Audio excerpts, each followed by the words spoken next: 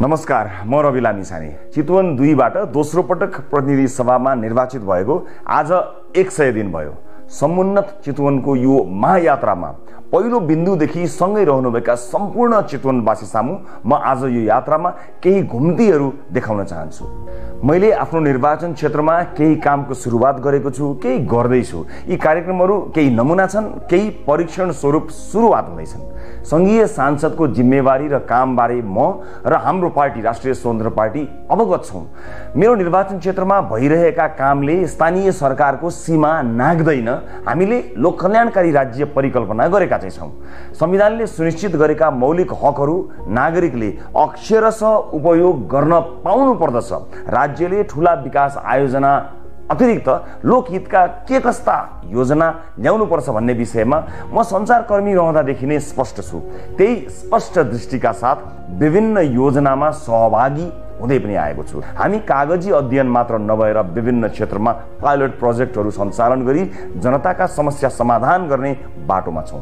विकासका यी प्रारूपहरूलाई परिष्कृत गर्दै सफल साबित भएका योजनालाई राज्य स्तरबाटै कार्यान्वयनमा लैजान दबाब दिँदैछौँ। हामी कार्यकारी भूमिकामा आएपछि पूर्ण रूपमा धेरै कुराहरू कार्यान्वयन गर्नेछौँ, तर तत्कालका लागि यस्ता योजनाहरू आयोजनाहरू राज्यको खर्चमा नभएर निजी क्षेत्र, अन्तर्राष्ट्रिय साझेदारहरू, गैर संस्कारी संस्था र आम नागरिकको सहयोगमा कार्यान्वयन गर्नेछौँ। यस्ता योजना कार्यान्वयन गर्दा विभिन्न तहका सरकारसँग आवश्यक समन्वय गरेका छौँ र गर्नेछौँ। हाम्रो विकासको मोडल तारे होटलका बैठक र विदेशका महँगा भ्रमणमा होइन, हाम्रै जनताका घर दैलोमा तयार हुनेछन्। यहाँलाई थाहा छ, आफू विदेशबाट स्वदेश फर्किएको मान्छे हुनाले मैले सुरुवात काहीँ न काहीँबाट गर्नुपर्छ भनेर आफ्नो क्षेत्रका लागि सीईओ को आवेदन माग गरेको थिएँ। मैले सामाजिक सञ्जाल मार्फत यो विषयलाई लिएर धेरै टीका टिप्पणीहरू पनि भएको थियो। अनि कतिले त बिर्सिनु पनि भयो होला, कतिले खोइ कहाँ गयो भनेर सम्झाइ पनि रहनु भएको थियो। विदेशमा बसेर केही सिप ज्ञान आर्जन गरेर आफ्नो देशमा केही गर्न चाहन्छु भनेर आउनेहरू मध्येबाट हामीलाई लगभग 400 भन्दा बढी आवेदन प्राप्त भएको थियो। त्यसमध्ये अन्तर्वार्ता गरेर एकजना व्यक्तिलाई हामीले, हाम्रो टिमले, मेरो सचिवालयले सीईओ को रूपमा छनौट गरेको छ। कस्ता व्यक्तिलाई हामीले छान्यौं त? आउनुहोस् उहाँबारे थोरै जानकारी लिउँ। नमस्कार, म हेमन्त बराल, सूचना प्रविधि तथा डाटा सेन्टर कन्सल्टेन्ट अनि लेखक। बेलायतको एङ्ग्लिया रस्किन युनिभर्सिटी क्याम्ब्रिजबाट कम्प्युटर नेटवर्क सेक्युरिटीमा मास्टर्स डिग्री। यस सूचना प्रविधिको क्षेत्रमा देश तथा विदेशका विभिन्न सङ्घ संस्थाहरूमा विगत 25 वर्षदेखि कार्यरत रहँदै आएको छु। देशमा विद्यमान व्यतिथि, अस्तव्यस्तता, ढिलासुस्ती र भ्रष्टाचारको अन्त्य गर्ने प्रणका साथ बेलायतबाट उच्च शिक्षा हासिल गरे पश्चात प्राप्त गरेको सम्मानजनक आइटी इन्डस्ट्रीको जागिर छोडी आफ्नै देशमा केही गरेर देखाउँछु भन्ने प्रण र आत्मविश्वासका साथ नेपाल फर्किआएको हुँ। नेपाल सरकारको पाठ्यक्रम अनुसार कक्षा 1 देखि 12 सम्मका कम्प्युटरका विषयमा 25 भन्दा बढी पुस्तकहरू प्रकाशित छन्। स्मार्ट सिटी तथा डिजिटल नेपाल फ्रेमवर्कको परिकल्पनाकारका साथै डाटा सेन्टरको क्षेत्रमा विभिन्न संस्थाहरूमा कन्सल्टेन्टको रूपमा कार्य गरेको छु। नेपालमा हुने गरेका भ्रष्टाचारलाई सिस्टम ड्रिभन फेसलेस अटोमेटेड ई गभर्नेन्सको माध्यमबाट सेवाग्राही र सेवा दिने संस्थाको बीचमा भेटघाट नै नहुने गरेको सिस्टम विकास गरी जरैदेखि भ्रष्टाचार नियन्त्रण गर्ने योजनाहरू मसँग रहेका छन्। चाहे कृषिको क्षेत्रमा होस् या पर्यटनको क्षेत्रमा होस्, शिक्षा र स्वास्थ्यको क्षेत्रमा किन नहोस्, उक्त क्षेत्रहरूलाई कसरी स्मार्ट बनाउन सकिन्छ भन्ने मसँग दृढ योजनाहरू रहेका छन्। देश विकासका विभिन्न परियोजनाहरूलाई वैज्ञानिक तरिकाले सञ्चालन गरी रोजगारीका बाटाहरू प्रशस्त मात्रामा सिर्जना गरी देशका युवा पिँढीहरूलाई सृजनात्मक, क्रियाशील र रचनात्मक व्यवसायजन्य प्राविधिक सिपहरू सिकाई आत्मनिर्भर बनाउने मेरो सोच रहेको छ। चितवनवासीहरूको दैनिक जनजीवनलाई सहजीकरण गर्न, जनताका पीरमर्काहरूलाई सुनी सम्बन्धित निकायहरूसँग समन्वय गरी निवारण गर्न म सदा क्रियाशील रहनेछु। मेरो बारेमा विस्तृत जानकारी मेरो पर्सनल वेबसाइट hemantabaral.com.np मार्फत प्राप्त गर्न सक्नुहुनेछ। अन्त्यमा यस क्षेत्रका प्रतिनिधि सभा सदस्य सांसद रवि लामिछानेज्यूको सचिवालयको प्रमुख कार्यकारी अधिकृतको भूमिकामा कार्य गर्ने अवसर प्रदान गरिदिनु भएकोमा यहाँहरू सम्पूर्णमा आभार प्रकट गर्दै आगामी दिनहरूमा यहाँहरूको विशेष साथ र सहयोगको अपेक्षा राखेको छु। धन्यवाद। सीईओ को परिचयपछि अब लागौँ हाम्रा कामहरूतिर। आजैबाट हामीले ब्लू बस सञ्चालन गर्न लागिरहेका छौँ। महिलाहरूका लागि मात्रै भनेर चितवनको क्षेत्र नम्बर 2 को यी रुटमा चल्ने गरी एउटा निशुल्क ब्लू बस सञ्चालन हुँदैछ। सुरुवात एउटा बसबाट गरेर भविष्यमा माग र उपयोग अनुसार समन्वय गरी अन्य संख्या बढाइने पनि छ। यस क्षेत्रका पहिलो चरणमा यहाँ 500 जना महिलाहरू, यस क्षेत्रका महिलाहरूलाई निशुल्क यातायात कार्ड वितरण गरिनेछ। बसमा एउटा मसिन जडान गरिएको हुनेछ। बस चढ्ने बेला त्यो कार्ड मसिनमा इन्ट्री गर्नुपर्नेछ। इन्ट्री गर्ने प्रक्रिया एकदमै सजिलो छ। त्यो कार्डले मसिनमा छोइदिए मात्र पुग्छ। यसले गाडीमा को चढ्नु भयो भन्ने रेकर्ड त रहन्छ नै, सम्भावित अनियमिततालाई पनि यसले रोक्नेछ। साथै त्यस बसमा एउटा लेटर बक्स राखिएको हुन्छ। मेरो लागि केही सन्देश तपाईहरुसँग छ भने, सुझाव अथवा तपाईका केही समस्या छन् भने पनि लेखेर त्यसै बक्समा खसालेर मलाई पठाउनु होला। बस सञ्चालन संघीय सांसदको काम हुँदै होइन, क्षेत्राधिकार पनि होइन, मलाई थाहा छ। तर एउटा निर्वाचित नीति निर्माताले, जनप्रतिनिधिले सार्वजनिक यातायात कस्तो हुनुपर्छ भन्ने सपना देख्नुपर्छ।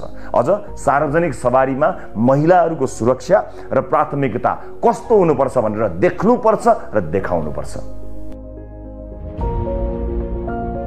म आफूले पनि भोगेकोले होला यो विषय मेरो मनमा अत्यन्त नजिक छ।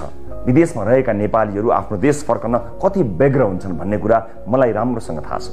मनको अन्तर कुनामा गडेको यही खिल उक्काउन मैले केही प्रयास थालेको छु। विदेशमा रहेका नेपालीहरूलाई स्वदेशमै अवसर खोज्ने प्रेरणा मिलोस् भनी 100 जनाका लागि रोजगारीका अवसर खोजेर निवेदन आह्वान गर्दैछौँ। आज यो भ्याकेन्सी विभिन्न देशका स्थानीय पत्र पत्रिकामा पनि छापिएका छन् र चोकका पसलहरूमा पनि छाप्ने व्यवस्था मिलाउँदैछु। यदि सार्वजनिक गरिएका यी भ्याकेन्सीहरूमा दिइएको योग्यता पुग्छ र निर्धारित सेवा सुविधामा तपाईँ नेपाल फर्कन चाहनुहुन्छ भने दिइएको इमेलमा आफ्नो सम्पूर्ण विवरण पठाउन सक्नुहुनेछ। यी भ्याकेन्सी नेपालका निजी क्षेत्रमै खुलेका हुन्। नेपालमै रहेका दाजुभाइ दिदीबहिनीहरूबाट पनि यो पदपूर्ति गर्न सकिन्थ्यो होला। तर हामीले विदेश गएर केही सिप र विज्ञता हासिल गरेका नेपालीहरूलाई स्वदेश फर्काउन प्रोत्साहन गर्ने माध्यमको रूपमा यसलाई सदुपयोग गर्न खोजेका मात्रै हौँ। 40,000 देखि 1.5 लाख प्रति महिना तलब सहितका जागिरहरू तपाईका लागि खोजिदिएका छौँ। रोजगारदाताको शर्तमा तपाईँ सहमत भए हामी समन्वय गरिदिनेछौँ। आउनुहोस् नेपालमै केही गरौँ। जनप्रतिनिधि जवाफदेही हुनै पर्छ भन्ने मान्यता म सञ्चारकर्मी हुँदा पनि थियो र अहिले पनि कायमै छ। त्यसैले हरेक 4 महिनामा सार्वजनिक सुनवाई गर्नेछु। भदौ 10 गते प्रथम सार्वजनिक सुनवाई हुनेछ। चितवनमा सूचना प्रविधि विकासको अवस्था र सुधार गर्नुपर्ने विषयमा पनि चर्चा हुनेछ। हरेक 4 महिनामा चितवन क्षेत्र नम्बर 2 का विभिन्न ठाउँमा सार्वजनिक चासोका विषयमा यस्ता सार्वजनिक सुनवाई गरिनेछन्। ती कार्यक्रममा विभिन्न सरकारवाला निकायलाई समेत बोलाई जनताका समस्या समाधान गर्न पहल गरिनेछ। उक्त सार्वजनिक सुनवाईमा म आफ्नो कामको हिसाब जनतालाई बुझाउनेछु र सरकारवालाहरूसँग हिसाब जनताका लागि माग्ने पनि छु। आजबाटै 65 वर्षभन्दा माथिका वृद्ध बाआमाहरूलाई निशुल्क मोबाइल क्लिनिक सुरुवात गरिनेछ। यो मोबाइल क्लिनिकले घर घरमा गएर बाआमाहरूलाई प्राथमिक उपचार दिनेछन्। हरेक दिन नयाँ टोलमा पुग्नेछौँ। क्लिनिक कहाँ आउँदैछ, कसरी आउँदैछ भनेर अगावै केही समय अगाडि नै यहाँहरूलाई सूचना दिनेछ। यस क्लिनिकमा एकजना MBBS डाक्टर हुनुहुनेछ।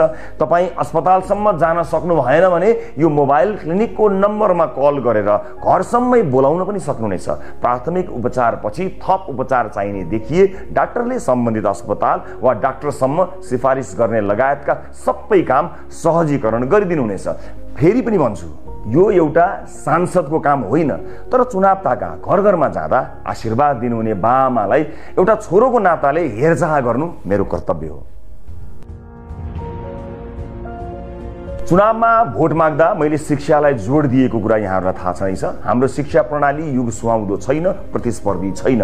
एउटा नीति निर्माताका रूपमा म कस्तो सार्वजनिक शिक्षाको सपना देख्दछु त्यसको एउटा सानो नमुना देखाउन मात्र चाहन्छु। चितवन क्षेत्र नम्बर 2 अन्तर्गत पर्ने श्री रामनगर माध्यमिक विद्यालय र श्री चतुर्मुखी माध्यमिक विद्यालयका कक्षा 11 र 12 लाई पहिलो चरणमा नमुना बनाइएको छ। क्रमशः 10-9 गर्दै सबै कक्षालाई नमुना बनाउँदै लैजाने हाम्रो योजना छ। बिस्तारै अर्को एक विद्यालयलाई पनि नमुना बनाउने लक्ष्य लिएका छौँ। चितवनका विद्यार्थीले काठमाडौँको बुढा नीलकण्ठ र पोखराको गण्डकी बोर्डिङ स्कुलका विद्यार्थीहरूसँग प्रतिस्पर्धा गर्न सक्ने बनाउने लक्ष्य लिएका छौँ।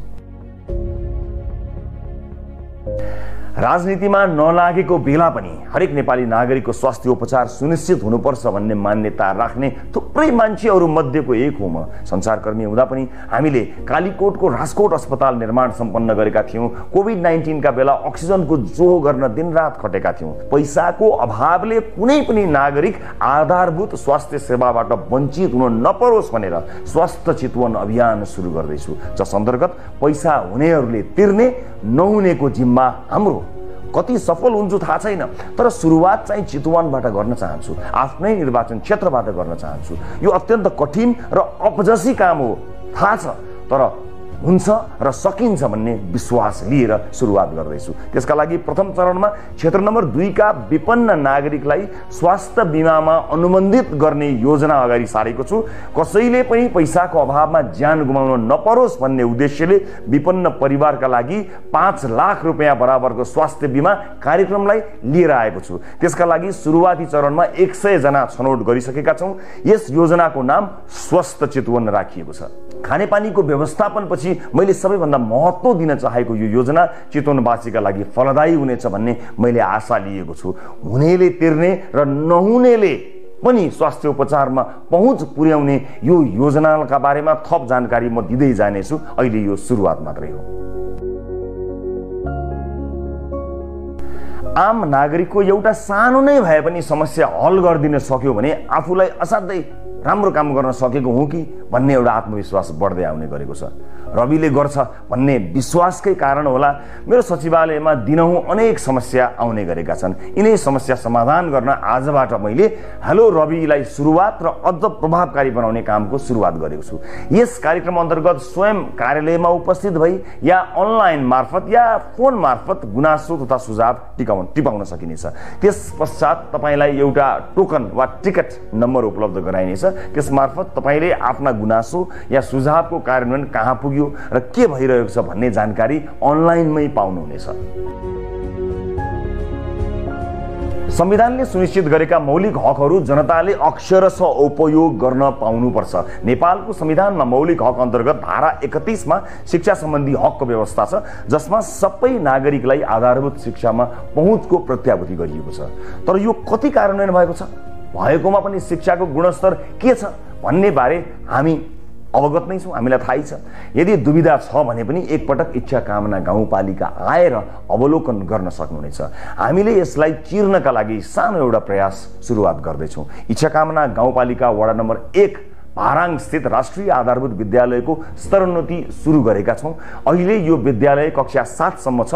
95% चेपाङ समुदायका विद्यार्थी पढ्ने यस विद्यालयलाई हामीले कक्षा 12 सम्म स्तरोन्नति गर्नुका साथै आवासीय बनाउन खोजिरहेका छौँ। त्यस्तै यो विद्यालयलाई नमुना शैक्षिक संस्थाका रूपमा विकास गर्ने हाम्रो योजना छ। यो विद्यालयमा 275 विद्यार्थी अध्ययनरत छन्। यो अभियानमा सहयोग गर्ने इच्छा कामना गाउँपालिका र सपना भिलेज सोसियल इम्प्याक्टलाई हृदयदेखि धन्यवाद तथा कृतज्ञता व्यक्त गर्न चाहन्छु। विशेष गरेर इच्छा कामना गाउँपालिकालाई पहिलो पटक निर्वाचित भएपछि मैले शरीर ढाक्ने राम्रो कपडा पनि नभएका र पेटभरि खाना नपाएका ससाना बालबालिकाहरूलाई साक्षी राखेर भनेको थिएँ कि एउटा यस्तो आवासीय स्कुल बनाउन पहल गर्नेछु जहाँका विद्यार्थीले उत्कृष्ट शिक्षा, स्वादिष्ट भोजन र आकर्षक कपडा सजिलै प्राप्त गर्न सकुन्। बस त्यही अभियान अन्तर्गत यो आवासीय विद्यालय सुरु गर्दैछौँ।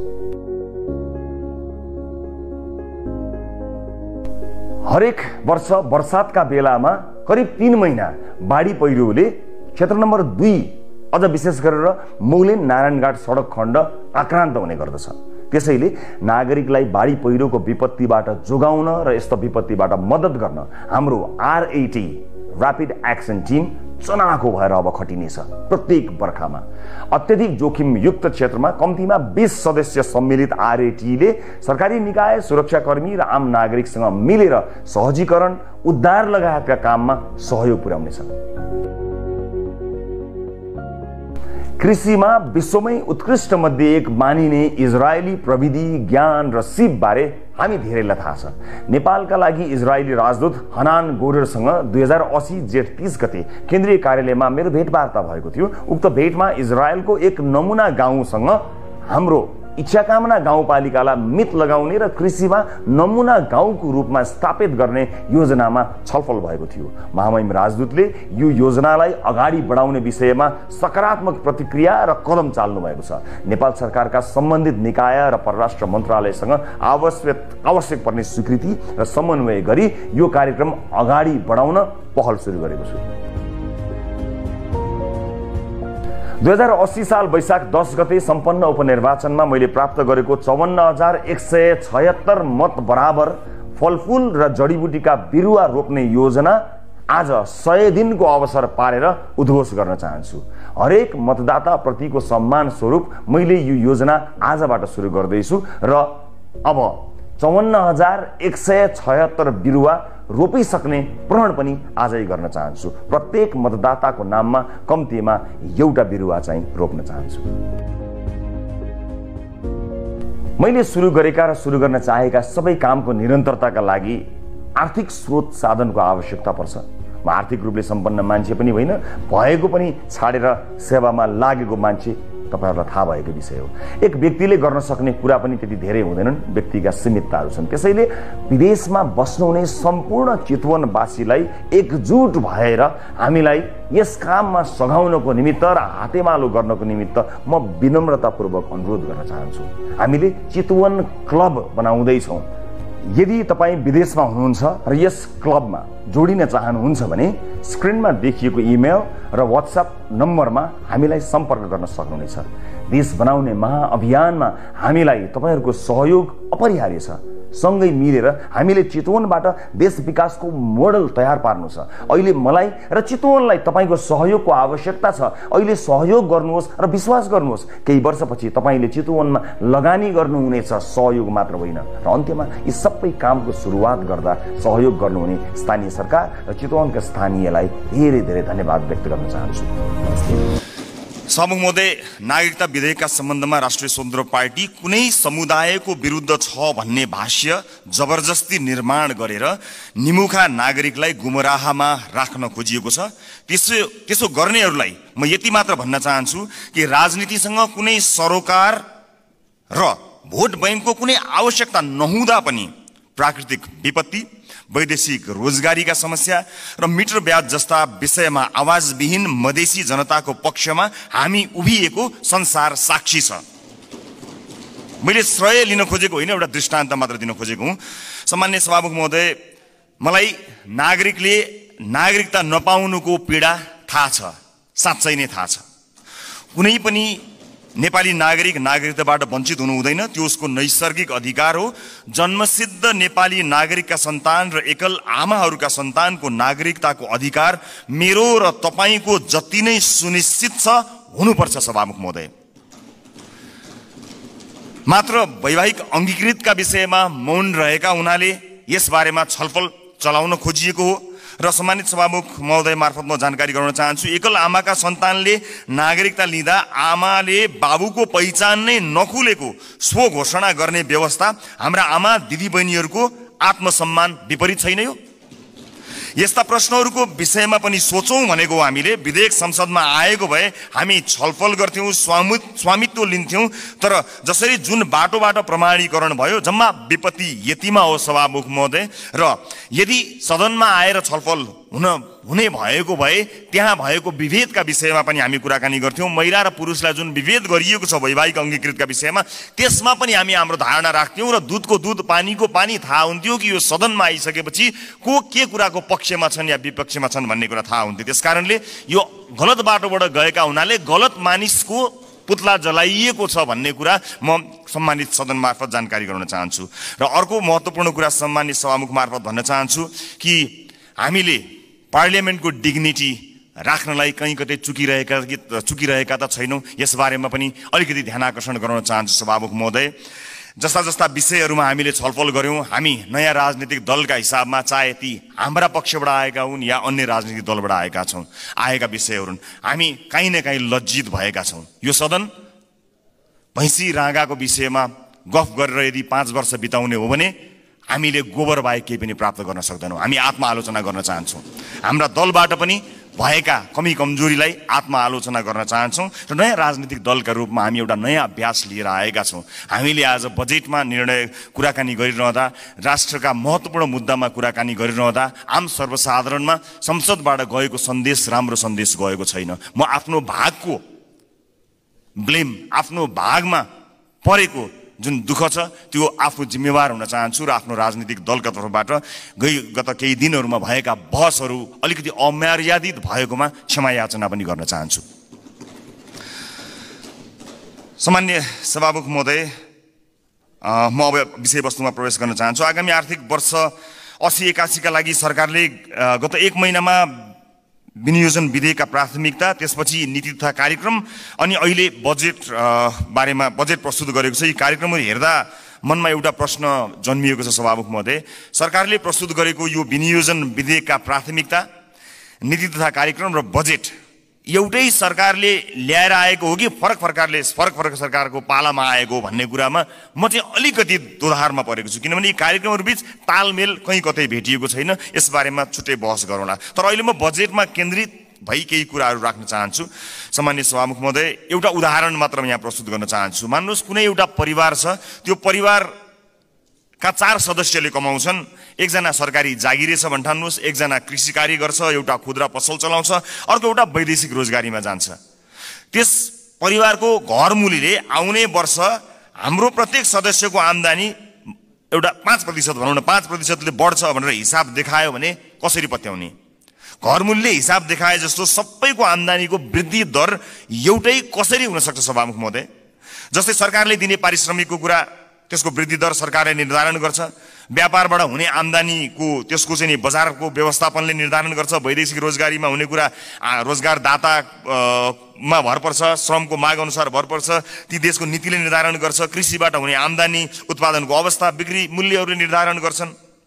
मैले दृष्टान्त दिएको घरमूलीको त्यो 5% को बेसुरा अनुमानको उदाहरण हाम्रो अर्थमन्त्रीज्यूको अनुमानसँग ठ्याक्कै मिल्छ कि भन्ने मलाई लागेको छ। यो बजेटमा माननीय अर्थमन्त्रीज्यूले चालु आर्थिक वर्षको जम्मा राजस्वको संशोधित अनुमानभन्दा आगामी आर्थिक वर्ष चाहिँ 24.37%ले राजस्वको वृद्धि हुने अनुमान गर्नुभएको छ। यो अङ्क याद गर्नुहोला माननीय सदस्यहरू, 24.37। यस बजेटमा माननीय अर्थमन्त्रीज्यूले राजस्वका 90 वटा शीर्षकहरूमध्ये 68 वटा शीर्षकहरूबाट प्राप्त हुने राजस्वको मूल्य दर 24.37% नै हुन्छ भन्ने अनुमान गर्नुभएको छ। साथै राजस्वका मुख्य आधारहरू जस्तै कर, गैर करको दुवैको वृद्धि दर पनि 24.37% अनुमान गर्नुभएको छ। त्यसै गरी करका स्रोतहरूमा आय, मुनाफा तथा पुँजीगत लाभमा लाग्ने कर, वस्तु तथा सेवामा आधारित कर र वैदेशिक व्यापारमा लाग्ने कर सबैको वृद्धि दर 24.37% हुन्छ भन्ने अनुमान गर्नुभएको छ। सामान्य सभामुख महोदय, होलसेलमा गरिएको यस्तो अनुमानबाट यो पुष्टि हुन्छ कि यो बजेटको लेखन एउटा झाडा टार्ने काम र एउटा गैर जिम्मेवारी काम भएको अथवा हेलचेक्राइपूर्ण ढङ्गबाट गरिएको हो कि भन्ने आशंका गर्ने प्रशस्त ठाउँहरू रहेको छ। यद्यपि यो रेभेन्यू फोरकास्टरको रूपमा म आफूलाई प्रस्तुत गरिरहेको छैन र यो रेभेन्यू फोरकास्टिङको विज्ञ पनि म होइन। तर यसरी यो कुनै एउटा कम्प्युटरमा एउटा एक्सेल सिटमा चालु आर्थिक वर्षको अङ्क राखेर त्यसमा चाहिँ 24.37% जोडेर राजस्व वृद्धिको अनुमान, यो चाहिँ जो कोहीले पनि गर्न सक्ने म देख्दछु। फेरि पनि म जोड लगाउँछु कि म रेभेन्यू फोरकास्टिङको विज्ञ चाहिँ होइन। यस्तो हचुवाको भरमा अनुमानित बजेट प्रस्तुत गर्नलाई विद्वान अर्थमन्त्री अथवा विद्वान अर्थ मन्त्रालयका उच्च पदस्थ अधिकारीहरूको आवश्यकता पर्दैन भन्नका लागि चाहिँ रेभेन्यू फोरकास्टर हुनु पर्दैन भन्ने मलाई लाग्दछ। सभामुख महोदय, मैले नेपालको विगत केही वर्षको राजस्व, कर र गैर करका वृद्धि दर पनि हेरेको छु, जसमा कुनै पनि वर्ष हाम्रो राजस्वको वृद्धि दर, करको वृद्धि दर र गैर करको वृद्धि दर समान छँदै छैन।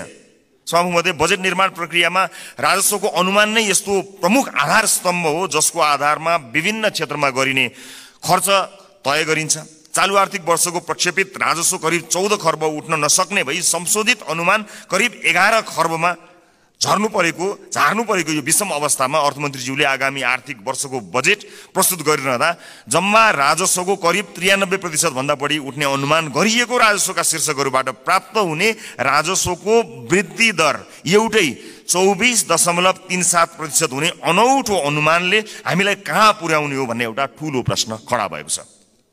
चालु आर्थिक वर्षमा लक्ष्य अनुसार राजस्व सङ्कलन हुन नसक्दाको परिणाम स्थानीय तहमा हस्तान्तरण हुने समानीकरण अनुदानको 50% कटौती गर्ने अवस्थामा सरकार पुगेको सर्वविदितै छ।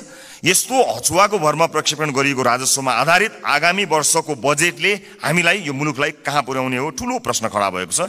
राष्ट्रको ढुकुटीमा सङ्कलन हुने अनुमान हचुवाको भरमा भएको बजेटमा आधारित खर्चका कार्यक्रमहरू कसरी विश्वासिला हुन सक्छन्?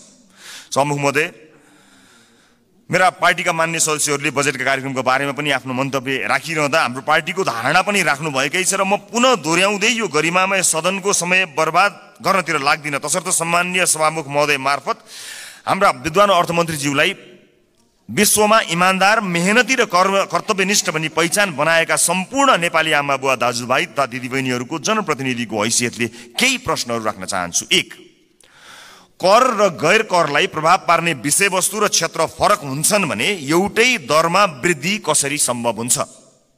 2, कुल राजस्व र कर वृद्धिको दर एउटै कसरी हुन्छ? 3, कुल राजस्व र गैर करको वृद्धि एउटै कसरी हुन्छ? 4, अझै उदेक लाग्दो चाहिँ कर र गैर कर जसको आधार र प्रकृति बिल्कुल भिन्न हुन्छ, यिनीहरूको वृद्धि दर कसरी एउटै हुन्छ? मेरो प्रश्न। 5, करका विभिन्न स्रोतहरूको वृद्धि दर फेरि एउटै कसरी हुन्छ? 6, राजस्वका 90 शीर्षकहरूमध्ये 68 वटा शीर्षकहरूबाट प्राप्त हुने राजस्वको वृद्धि दर एउटै कसरी हुन्छ? यी प्रश्नहरूले यस्तो हचुवाको भरमा प्रक्षेपित राजस्वको आधारमा खर्च गर्न बजेटमा प्रस्ताव गरिएका विभिन्न कार्यक्रमहरूको बारेमा छलफल र टीका टिप्पणी गर्नुको कुनै औचित्य छ कि छैन भन्ने कुरा खडा गरेको छ। सभामुख महोदय, झोलामा कति पैसा आउँछ भन्ने हचुवाका भरमा गरिएको अनुमानबाट गरिने खर्चका बारेमा छलफल गरेर गरिब जनताबाट सङ्कलन गरिएको राजस्व दुरुपयोग गर्नु कति उपयुक्त हुन्छ, यो पनि एउटा प्रश्न भएको छ। सम्मानित सभामुख महोदय, अर्थमन्त्रीज्यूले भर्खरै उठाएका प्रश्नहरूका सम्बन्धमा नेपाली जनतालाई स्पष्ट पार्नुहुनेछ भन्ने मैले आशा लिएको छु।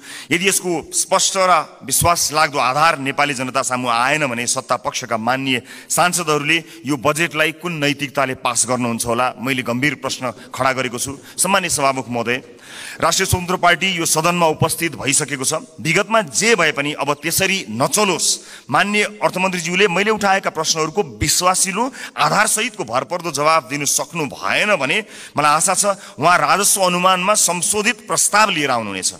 हामी सृजनात्मक र रचनात्मक प्रतिपक्षको भूमिका निर्वाह गर्दै उहाँको संशोधित बजेटलाई पारित गराउन फेरि अग्रणी भूमिका निर्वाह गर्नेछौँ।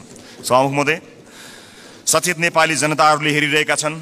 बहुमतको आधारमा यस्तो हचुवाको भरमा अनुमान गरिएको राजस्वमा आधारित बजेटलाई पास गरेर अघि जाने हो भने यसको जिम्मेवारी पास गर्नुहुने सम्पूर्ण माननीय ज्यूहरूले लिनुपर्नेछ। गल्ती हुन सक्छन्, त्यसलाई सच्याएर अघि बढ्नु इमान्दारिता र महानता हो। भएको गल्तीलाई सच्याउन सत्तापक्ष र प्रतिपक्ष नभई हामी कुनै अर्को पक्ष भइराख्नु पर्ने छैन, एकै ठाउँमा उभिन सकिन्छ। यो राष्ट्रले जित्ने कुरा भएको हुनाले परम्पराको नाममा बहुमतले पेलेर जाने मनस्थिति बनाइयो भने त्यसको परिणाम अवश्य पनि यो देशले भोग्नुपर्ने छ, सत्ता पक्ष या विपक्षले भोग्नुपर्ने छैन। त्यसैले मान्य सदस्यहरूले तथ्यमा आधारित भएर आफ्ना विवेक प्रयोग गर्नुहुनेछ भन्ने कुरामा मैले आशा राखेको छु र एउटा आशंका उब्जिएको छ। म सभामुख मार्फत माननीय अर्थमन्त्रीज्यूलाई सोध्न चाहन्छु, स्पष्ट पारिदिनु होला कि यसपटकको विकास बजेट डडेलधुरामा कति पार्नु भएको छ, नुवाकोटमा कति पार्नु भएको छ, गोर्खामा कति पार्नु भएको छ? एउटा गम्भीर प्रश्न खडा भएको छ। सुनिए अनुसार र केही डाटाहरू सार्वजनिक भए भन्दा अगाडै यसको तथ्य जाँच गर्नु अगाडिको आशंकाको प्रश्न हो मेरो। लगभग 40देखि 50% विकास बजेट डडेलधुरा, नुवाकोट र गोर्खाका लागि छुट्याइएको जानकारी आएको छ। हामी अरूबाट सुन्न चाहँदैनौँ। सञ्चार माध्यमका हेडलाइनको तथ्य जाँच हामी गर्दै गरौँला, तर म माननीय अर्थमन्त्रीज्यूबाट यसको जवाफ चाहन्छु। बताइदिनु होला डडेलधुरा, नुवाकोट र गोर्खामा कति बजेट छुट्याइएको छ अनि मधेसलाई बजेटमा गरिएको विभेदका बारेमा कतिको जानकार हुनुहुन्छ एकपटक बताइदिनु होला। सम्मानित सदनमा स्क्रिनहरूमा हामी बोलेको आवाज राखिएको छ। हामीले बजेटमा कुराकानी गरिरहँदा यो देशको भविष्य निर्माण गर्छौँ भनेर हामीले ब्यालेटको बाटो हुँदै यही सदन छिरेर परिवर्तन गरेरै छाड्छौँ भनेर प्रतिबद्धता गरेर आइरहँदा सदनमा भइरहने बहसहरूले यतिखेर सरकारी अस्पतालहरूमा भएको अवस्था हामीले सम्बोधन गर्न सकेका छौँ। म त भन्छु सम्मान्य सभामुख महोदय, यो सदनमा 5 वर्षसम्म आजबाटै देशका 7वटा प्रदेशका सरकारी अस्पतालको लाइभ सीसीटीभी फुटेज एकातिरको भित्तामा राखौँ। देशका अझ विशेष गरेर मधेसका सामुदायिक विद्यालयका सीसीटीभी फुटेजको लाइभ फुटेज दाहिनेतिर भित्तामा राखौँ अनि बिचमा एउटा स्क्रिनको व्यवस्था गरौँ सभामुख महोदय, जहाँ करिब प्रत्येक दिन 5-6 हजारका दरले यो देशमा भविष्य छैन भनेर यो देशबाट निस्किएर गएका त्रिभुवन अन्तर्राष्ट्रिय विमानस्थलमा लाइनबद्ध भएका नेपाली नागरिकको तस्बिर त्यसको लाइभ फुटेज राखौँ र 5 वर्षपछि हामी हेरौँ बिफोर र आफ्टर भनेर। हामी संसद छिर्नु अगाडि ती विद्यालय कस्ता थिए, हामीले 5 वर्ष यो सदनमा बहस गरेर ती विद्यालयलाई कस्ता बनायौँ। ती अस्पतालहरू विशेष गरेर बालबालिकाको हुने ती नजिकैको कान्ति बाल अस्पताल गए पनि हुन्छ, संसदपछि सबैजना जाउँ। त्यो अस्पताललाई हामीले 5 वर्ष यो सदनमा विभिन्न कोही कसैले असाध्यै नरम बनेर असाध्यै असल ज्ञानी प्राणी बनेर, कसैले हामी जस्ता चर्का आवाजमा बोलेर, जसले जसरी बोले ता भए पनि हामीले गरेको नीति निर्माणले 5 वर्ष अघि र 5 वर्ष पछाडि के फरक पर्यो भन्ने कुरा यो स्क्रिनमा राखौँ र त्यसपछि 5 वर्षपछि आउने सदनलाई त्यो स्क्रिनको अर्को दृश्य हस्तान्तरण गर्ने प्रतिबद्धता व्यक्त गरौँ। यदि यसरी गर्न सक्दैनौँ भने र यसरी रागा भैँसीका भरमा बहसहरू चलाएर अगाडि बढ्ने हो भने नेपाली जनतामा निराशा छाउँछ। सभामुख महोदय, म गम्भीर ध्यान आकर्षण गर्न चाहन्छु। यो सँगसँगै म अर्को एउटा ध्यान आकर्षण पनि गराउन चाहन्छु। हामीले बनाउने कानुनहरूका आधारमा र अझ विशेष गरेर हामीले छुट्याएको प्राथमिकताहरूका आधारमा जनजीविकामा प्रभाव पर्नुपर्ने हुन्छ, हाम्रो जीवनमा प्रभाव पार्ने होइन। तपाईँ हाम्रो जीवनमा आज यो सम्मानित सदनभित्र आएका हामीहरू नेपाली नागरिकलाई केही भनेर यहाँ आएका छौँ, तर आज सम्बन्धित मन्त्रीका जिल्लाहरूमा अलिकति पहुँच भएका सांसदहरूका जिल्लाहरूमा जसरी बजेट बाँडफाँड गर्ने कार्य भएको छ, के तपाईँलाई लाग्छ यसपछि फेरि पनि जनताका माझमा हात जोडेर भोट माग्न जाँदाखेरि हामीले यही 5 वर्षका गतिविधि र यिनै बजेटहरू यिनैका आधारमा नेपाली जनताले हामीलाई पत्याएर भोट दिनेछन्? दिने छैनन्। यदि नेपाली जनताले विवेक प्रयोग गरे भने दिने छैनन्। र जुन किसिमको बहस सम्मानित सदनमा केही दिन अगाडि भयो, त्यो बहस यदि निरन्तरता हुने हो भने सम्मान्य सभामुख महोदय मार्फत भन्न चाहन्छु, म चाहिँ नेपाली जनतालाई अनुहार देखाउने हैसियतको रहने छैन। त्यसकारणले यो सदनमा हुने बहस अत्यन्त महत्त्वपूर्ण बनोस्, यहाँ हुने सरसल्लाहहरू महत्त्वपूर्ण बनुन् भन्ने कुराको ध्यान आकर्षण गर्न चाहन्छु र आफ्ना दलका तर्फबाट म यसको प्रतिबद्धता पनि व्यक्त गर्न चाहन्छु। सञ्चार माध्यममा आएका विषयलाई लिएर नै हामी कहिलेकाहीँ सदन अवरुद्ध पनि गर्दा रहेछौँ, त्यसको फ्याक्ट चेक गर्नु पनि महत्त्वपूर्ण हुने रहेछ। मैले निर्ममतापूर्वक भन्नै पर्छ, केही, सबै होइनन्, केही सञ्चार माध्यमहरूमा कयौँ व्यापारी व्यवसायीहरूले लगानी या विज्ञापनबाट प्रभाव पारेका छन्। यो सत्य हो। बोल्न धेरैजना किन डराउनुहुन्छ भने ती सञ्चार माध्यमहरूले गलत लेखिदिँदा आफ्नो छवि बिग्रन्छ भन्ने डरले कयौँ मान्यहरू बोल्नुहुन्न, तर त्यसो भन्न मिल्दैन। त्यसैमा आएको समाचारले संसदमा हङ्गामा मचाइरहँदाखेरि त्यो जसले समाचारलाई प्रभावित पार्न खोज्यो कुनै व्यापारी, उसले कति रमाइलो मान्दो। यो सदन कुनै एउटा हेडलाइनमा उचालिने ठाउँ होइन, त्यसको वास्तविकता जाँच गर्नुपर्छ, त्यसलाई परख्नुपर्छ अनि त्यसपछि आवश्यक भए मात्र सदन घेरिनुपर्छ, सदनमा हो हल्ला गर्नुपर्छ। यो मैले आफैलाई बढी प्राथमिकता दिएर भनेको, मैले कुनै दललाई भनेको होइन। हाम्रो दल पनि यसमा सहभागी छ। त्यसकारणले हामी केही नयाँ गरौँ भनेर आएका दलहरू हामी पुरानै शैलीमा गयौँ र हामी पनि त्यही रोगमा लाग्यौँ भने मैले अघि भने जस्तै हामीले प्राप्त गर्ने भनेको यी गाई र भैँसीका अथवा भैँसी र रागोका कुराकानी गऱ्यौँ भने अन्त्यमा हामीले प्राप्त गर्ने भनेको त्यो गोबर बाहेक केही पनि होइन। मैले सम्मानित सदनलाई यो कुरा जानकारी गराउनै पर्नेछ।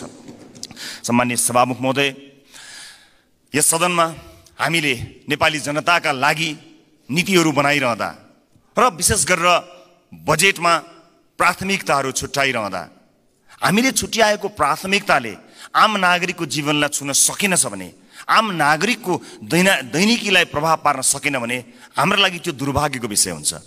सरकारले विदेशमा रहेका नागरिकका लागि पनि अब भोटिङ राइट्स दिने, विदेशमा रहेका नेपाली नागरिकले पनि भोट हाल्न पाउने अधिकारको सुनिश्चितता गर्ने भनेर भन्यो। तर कहाँ छुट्याउनु भयो अर्थमन्त्रीज्यू बजेट? त्यसका लागि लगत सङ्कलन गर्न जानुपर्ला, निर्वाचन आयोग विदेशमा रहेका नेपालीहरूको बारेमा जानकारी लिन जानुपर्छ। त्यसका लागि कहाँ कतै मैले बजेटमा कतै मैले देखिनँ कि, मलाई क्षमा गर्नुहोला, तर त्यसलाई तपाईँले भन्नलाई त भनिदिनु भयो होला, तर प्राथमिकतामा राख्नु भएन। हामी फेरि पनि भन्न चाहन्छौँ, यो देशमा भविष्य नदेखेर, विभिन्न कुरीतिका कारणले, हामीले भोग्नु परेका व्यथितिका कारणले मुलुकमै केही गरी खाउँ भन्ने अवसर नपाएर बाध्य भएर विदेश बसेका नेपालीहरूले आफ्नो देशको भविष्य छान्न पाउनुपर्छ, भोट हाल्न पाउनुपर्छ।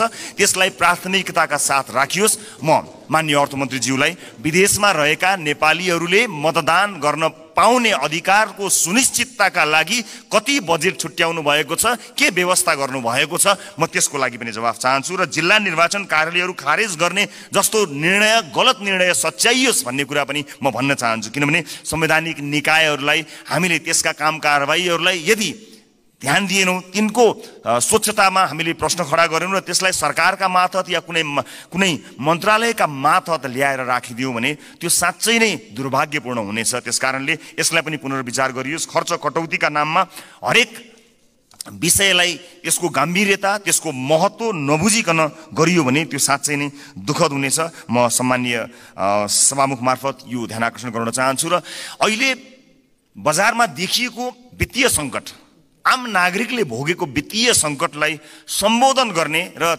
त्यसमा उत्साह छर्ने किसिमका कुनै पनि कार्यक्रमहरू हामीले देख्न सकेनौँ।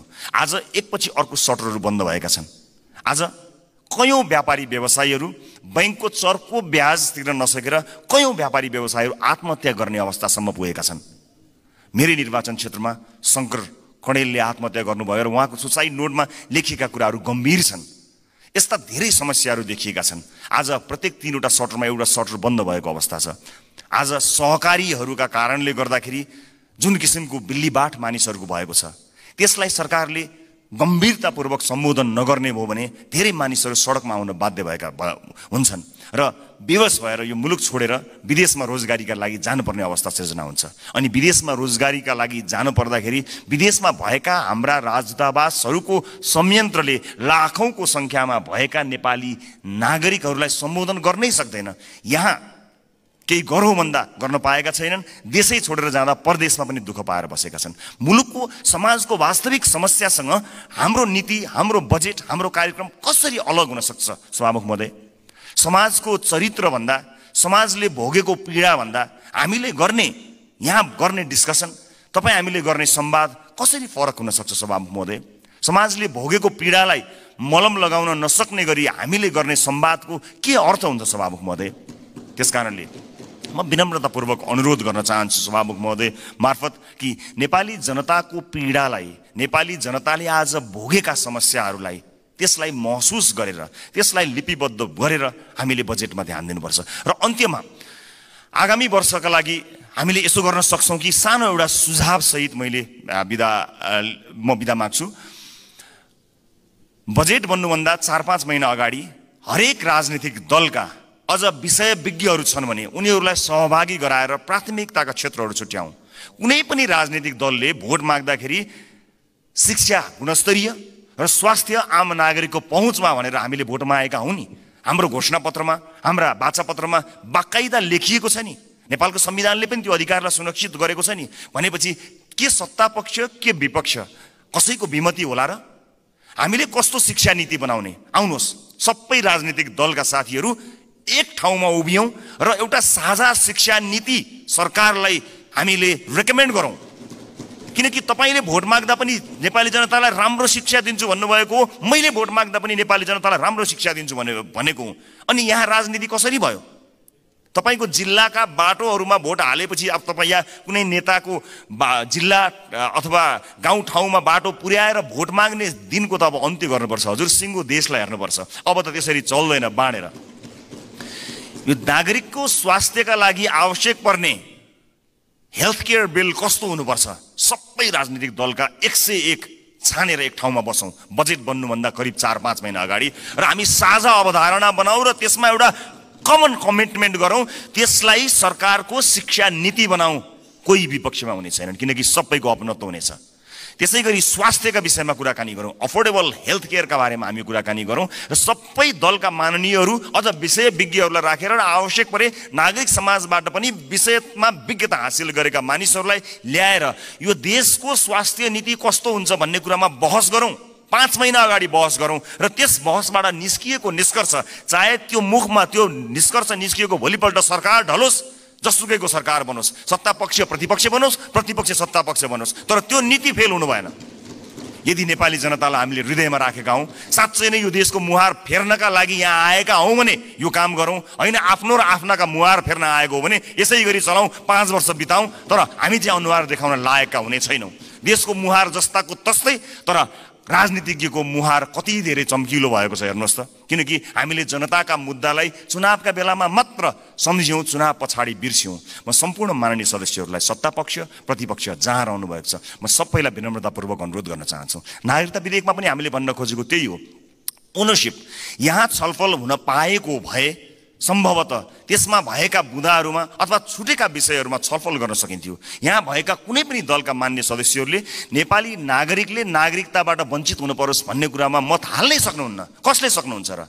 विमति कसैको पनि हुने छैनन्। तर सबैले अपनत्व महसुस गरी सही ढङ्ग र सही बाटोमा आएको भए अहिले सम्भवतः सम्मानित अदालतमा गएर त्यो अड्किने थिएन। अनि त्यसको दोष केही दलहरूले लिनु परेको छ, वास्तवमा होइन। नेपाली नागरिकले नागरिकता प्राप्त गर्नुपर्छ भन्ने कुराको विरोधमा, त्यसको विपक्षमा कोही पनि नेपाली हुनै सक्दैन। तर त्यसभित्रको अन्तर्वस्तुमा पछिसम्मलाई सोचेर संवेदनशील विषयहरूमा यो सदन जहाँ नयाँ माननीयहरू र नयाँ राजनीतिक दलका रूपमा हामी पनि आएका छौँ, हामी पनि यसमा सहभागी हुन चाहन्छौँ अनि हामी पनि यो छलफलमा सहभागी हुन चाहन्छौँ, अन्तर्वस्तुमा कुराकानी गर्न चाहन्छौँ र त्यो विधेयकले छुटाएका तर महत्त्वपूर्ण विषयमा हामी योगदान दिन चाहन्छौँ र इतिहासलाई त्यो दस्तावेजमा हामी पनि सही साक्षी हौँ भनेर भन्न चाहन्छौँ। हामी पक्षमा छौँ। हामी जन्मसिद्ध नेपाली नागरिकहरूले नागरिकता पाउनुपर्छ भन्ने कुराको पक्षमा छौँ। हामी सम्पूर्ण योग्य नेपाली नागरिकहरूले नागरिकता पाउनुपर्छ भन्ने कुराको पक्षमा छौँ। हामी त्यो बहसमा सहभागी हुन चाहन्छौँ र पछिसम्म यो मुलुकलाई हित हुने विषयमा सहभागी मात्र हुन चाहन्छौँ। सम्मानित सदनमा आज मैले यति कुराहरू राखेँ। मलाई विश्वास छ हामीले गरेका बहसहरू केवल बहसका लागि होइनन्। हामीले भनेका यी शब्दहरू, हामीले प्रकट गरेका हाम्रा धारणाहरू केवल यतिकै एउटा धारणा राख्नलाई गरिएका विषयवस्तु होइनन्। विशेष गरेर यसपटकको संसदका सबै जस्तो सेसनहरूमा, सबै जस्तो विषयहरूमा आम नागरिकको चासो तुलनात्मक रूपमा अघिल्ला वर्षहरूको भन्दा बढी भएको एउटा डाटाले बताएको छ। अर्थात् नेपाली नागरिकहरू तुलनात्मक रूपमा नेपालको संसदमा भइरहेको बहसलाई अचेल, अत्यन्त गम्भीरताका साथ हेरिरहेका रहेछन्। एउटा अध्ययनले त्यो बताएको छ। यस्तो चासोको विषय बनेको यो सदन हाँसोको विषय नबनोस्, महत्त्वपूर्ण निर्णयहरू आउन सकुन् र एक अर्कामा सहकार्य गर्दै संसदीय मर्यादालाई कायम राख्दै बहसहरू कायम गरेर मुलुकका लागि केही चिज दिन सकियोस्। र यो 5 वर्षमा जसरी भनिन्छ नि, हामी हाम्रो जीवनको 5 वर्षलाई पल्टाएर हेऱ्यौँ भने 5 वर्ष अगाडि हामी कहाँ थियौँ र 5 वर्ष पछाडि हामी कहाँ छौँ भन्ने कुरा हामी सजिलै हेर्न सक्छौँ। व्यक्तिको जीवनमा 5 वर्षको धेरै ठुलो महत्त्व हुन्छ, देशको जीवनमा पनि त्यो 5 वर्षको अझ धेरै महत्त्व हुन्छ। त्यसकारणले हामी यो सदनको जब अन्तिम दिनमा यहाँ बोल्नेछौँ, अघि मैले भने जस्तै हामीले विशेष गरेर देशको टड्कारो समस्यामा रहेका नागरिकको स्वास्थ्यमा यो 5 वर्ष सदनभित्र आएर हामीले के गर्यौँ त्यो भन्न पाइयोस्। त्यसपछि निर्वाचित हुने मान्यज्यूहरूलाई बुझाउन पाइयोस् हामीले यो देशका लागि यति गर्न सक्यौँ, बाँकी तपाईँको जिम्मा भन्न सकियोस्। अघिल्लो सदनले हामीलाई के बुझायो? आज अघिल्लो सदनले बुझाएका कयौँ भ्रष्टाचारका काण्डहरू काँधमा बोकेर हामी हिँड्नु परेको छ। त्यसको निराकरण गर्नु पर्दाखेरि यहाँ एउटा दलको नाम आयो भने अर्को दलले विभिन्न बहानामा बार्गेनिङ गरेर त्यसलाई विषयान्तर गर्न खोज्ने हो कि भन्ने आशंका पैदा भएको छ। एउटा विषय उठ्छ, त्यसपछि त्यो विषय सेलाउँछ, अर्को विषय उठ्छ। कता कता आशंका पैदा भएको छ। मैले भनेको थिएँ कि कहीँ पुराना राजनीतिक दलहरू एक अर्काको पोल खुल्ला भनेर आत्तिएका त छैनन्, विषयान्तर गर्न लागिरहेका त छैनन्। हामीलाई डर भएको छ। नेपाली जनताले नयाँ म्यान्डेट दिएर पठाएको राजनीतिक दलका रूपमा हामी पुराना माननीयज्यूहरूबाट सिक्न चाहन्छौँ, बुझ्न चाहन्छौँ। तपाईँको राजनीतिक लडाइँ र तपाईँको राजनीतिक इतिहासको मानमर्दन गर्ने हाम्रो ध्येय कहीँ पनि छैन। कुन सङ्घर्षले तपाईँले आज यो दिन ल्याउनु भएको छ? हामी त सजिलै राजनीतिमा आयौँ। साँच्चै भन्नुपर्दा हामीलाई राजनीतिमा त्यो सङ्घर्ष गर्नु परेन। तपाईँहरू त राज्यले लखेटेको, राज्यले मार्छु भनेको, भूमिगत बस्नु परेको, जेल जीवन बिताउनु भएको त्यति ठुलो सङ्घर्ष गरेर तपाईँहरूले यहाँ ल्याउनु भएको छ। हामीलाई गर्व छ तपाईँहरूप्रति। तर गर्व गर्न लायक, तपाईँको इतिहासमा गर्व गर्न लायक वर्तमान भइदियोस् भन्ने मात्र हाम्रो चाहना हो। एकअर्काप्रतिको वैमनस्यता, एकअर्काप्रतिको तिक्तता, सम्मानित सदनमा तपाईँहरू उखिरहँदा हामी के हेर्ने, मुस्कुराउने कि ताली पड्काउने कि ढ्याप ढ्याप गर्ने कि मुख छोप्ने, त्यस्तो अवस्था हामीलाई सिर्जना नगरिदिनु होला। किनकि नेपालको राजनीतिमा तपाईँले दिनुभएको योगदानको हामी कदर गर्न चाहन्छौँ। हामी त्यो पुस्ता बन्न चाहन्छौँ जो अघिल्लो पुस्ताले गरेको राजनीतिक योगदानको उच्च मूल्याङ्कन गर्न सकोस्। तर सम्मानित सदनमा एउटा पार्लिमेन्टको डिग्निटीलाई नै हल्लाइदिने किसिमका गतिविधि हुँदाखेरि कता कता हामीलाई पनि त्यो रोग सरे जस्तो पनि कहीँ दिनमा भयो। हामी त्यो रोग सार्न चाहन्नौँ मान्यज्यूहरू, हामी त्यो रोग सार्न नै चाहन्नौँ। हामी तपाईँलाई त्यही सम्मानित स्थानमा राख्न चाहन्छौँ जुन सम्मानको तपाईँहरू लायक हुनुहुन्छ। हामी नयाँ पुस्ताका राजनीतिज्ञहरूलाई तपाईँहरूले एउटा यस्तो संस्कारको विकास गरिदिनुहोस्, एउटा यस्तो संस्कार दिनुहोस् ताकि हामी भोलि पनि गर्व गर्न सकौँ कि हामीले यो तपाईँबाट सिकेका हौँ। हामीले नेपाली कङ्ग्रेसबाट सिक्यौँ, हामीले नेकपा एमालेबाट सिक्यौँ, हामीले नेकपा माओवादीबाट सिक्यौँ भनेर हामीले भन्न सकौँ, मधेसवादी दलहरूबाट सिक्यौँ, जसपाबाट सिक्यौँ भन्न सकौँ, हामीले नेताहरूको नाम लिएर भन्न सकौँ यी नेताहरूबाट हामीले सिकेको हो नि भन्न सकौँ। तर हामीले, माफ गर्नु होला, म क्षमा चाहन्छु, पछिल्ला केही गतिविधिहरूलाई हेर्दा हामीले चाहिँ उल्टो कुरा सिक्छौँ कि हामीलाई पो त्यो रोग सर्छ कि भन्ने डर पैदा भएको छ। म सभामुख मार्फत सम्मानित सदनलाई यति भन्न चाहन्छु कि नीति कार्यक्रमहरू बन्दा, कानुनहरू बन्दा, बजेटहरू बन्दा नेपाली जनतालाई मूलधारमा राखियोस्, देशको वर्तमान समस्यालाई मूलधारमा राखियोस्। वैदेशिक रोजगारीले गाँजेको यो देश यसका मूल समस्याहरूलाई मध्यनजर नराखिकन त्यसलाई नजरअन्दाज गरेर आँखा चिम्लिएर कहीँ पनि पुग्न सकिँदैन। त्यसकारणले नागरिकको स्वास्थ्य, नागरिकको शिक्षा र सामाजिक न्यायका पक्षमा उभिन सक्ने बनोस् बजेट, यही भन्न चाहन्छु। र म जाँदा जाँदै सभामुख महोदय, मैले अघि एउटै दर रेट भएको यो डकुमेन्ट म शीर्ष नेताहरूलाई म उपलब्ध गराउन चाहन्छु। यसले देखाउनेछ 24.37% जुन मैले डाटा प्रस्तुत गरेँ त्यो म अझ स्पष्ट हुने गरी एक एकवटा प्रमुख राजनीतिक दल र अर्थमन्त्रीज्यूलाई जाँदा जाँदै हस्तान्तरण गर्नेछु।